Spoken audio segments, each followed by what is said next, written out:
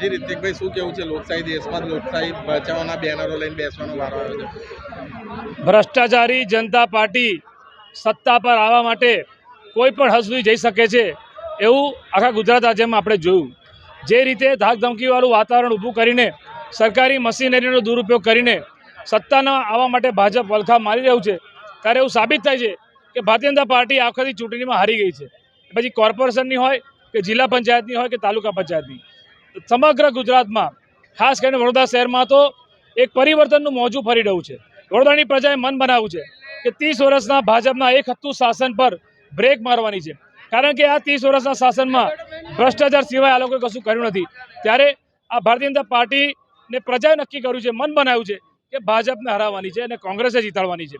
ત્યારે હાર ભાંડી ગયેલી ભાજપ કાવા દાવાને ષડયંત્રો કરીને આવી રીતે ષડયંત્રો કરીને ચૂંટણી બિનહરીફ જીતવાનો કારસો રચી રહી છે. પણ વડોદરાની પ્રજાને બધું ખબર છે અને પ્રજા પણ જાગૃત છે. આવનારી ચૂંટણીમાં 100% અમને વિશ્વાસ છે.